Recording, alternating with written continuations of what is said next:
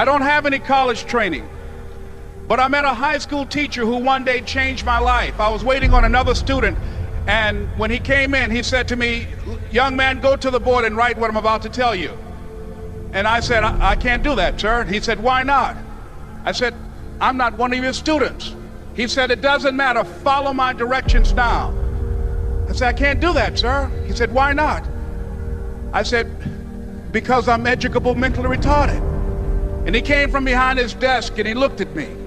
He said, "Don't ever say that again. Someone's opinion of you does not have to become your reality." And as he talked, my heart began to beat fast.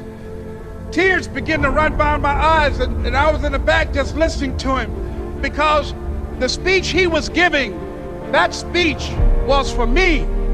And he said, "Les Brown," he said, "if you want to do anything worthwhile in life, you've got to be hungry." I told Mr. Washington I wanted to become a disc jockey. And so I started working to develop myself. He said, "I want you to practice every day being a disc jockey." I said, "But I don't have any job now." He said, "It doesn't matter." He said that it's better to be prepared for an opportunity and not have one than to have an opportunity and not be prepared. And as I was working to develop myself, I applied for a job as a disc jockey, WMBM on Miami Beach. I went to a guy named Milton Butterball. I said, "How you doing, Mr. Butterball? I'd like to get a job as a disc jockey." He looked at me, he said, "You have any broadcast background?" I said, "No, sir, I don't." "You have any journalism background?" I said, "No, sir, I don't." He said, "We don't have any jobs available." I said, "Yes, sir." I went back to Mr. Washington and I told him. He said, "Don't take it personally." He said, "Most people are so negative, they will have to say no 7 times before they say yes." He said, "Go back again." So I went back again. I said, "How you doing, Mr. Butterball? My name is Les Brown." He said, "I know what your name is. What do you want?" I said, "I'd like to know whether or not you have any jobs as a disc jockey, sir." He said, "Didn't I just tell you yesterday we didn't have any jobs?" I said, "Yes, sir, but I know whether or not somebody got laid off or somebody was fired, sir." He said, "No one was laid off or fired. Now get on out of here." I came back the next day like I was seeing him for the first time. I said, "Hello, Mr. Butterball, how are you?" He looked at me with rage. He said, "Go get me some coffee." I said, "Yes, sir." And I went to get him some coffee. After a while, I would get their lunch and dinner, and I would go in the control rooms and take the disc jockeys their food, and I would not leave until they would ask me to leave. One Saturday afternoon, while I was at the radio station, a guy named Rock was drinking while he was on the air. I was the only one there, looking at him through the control room windows, walking back and forth, young, ready, and hungry. Pretty soon the phone rang, and it was the general manager. And I answered the phone. I said, "Hello?" He said, "Les, this is Mr. Klein." I said, "I know." He said, "Rock can't finish his program." I said, "I know." He said, "Would you call one of the other DJs in?" I said, "Yes, sir." I hung the phone up. I said, "Now he must think I'm crazy." I called my mom and my girlfriend, Cassandra. I said, "Y'all turn up the radio and come out on the front porch. I'm about to come on the air."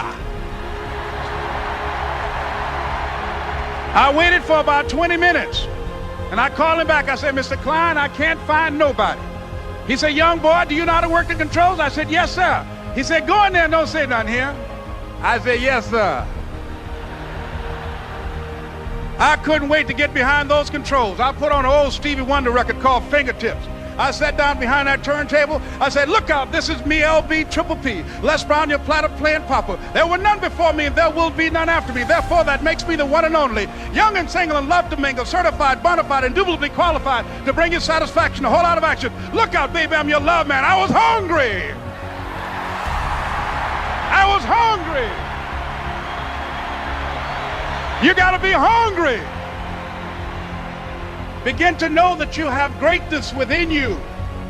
And if just one of you here begin to envision yourselves as being blessed and highly favored to reach your goals, if just one of you capture the essence of what that means, that you have greatness within you and a responsibility to manifest that greatness, that you can make your parents proud, you can make your school proud, you can touch millions of people's lives, and the world will never be the same again because you came this way. It was hard, ladies and gentlemen, coming to speak to people. and I was facing financial difficulties in my own life. I was behind on my bills and my dreams, and I'm saying to them, you can live your dream. It was hard, ladies and gentlemen. It was very difficult to pick myself up each day believing that I could do it. There were times that I doubted myself. I used to ask myself, can I do this? And something said within me, you're the one. Don't give up on your dream. By continuing to push forward, by continuing to run toward my dream, that one day I would have my own talk show.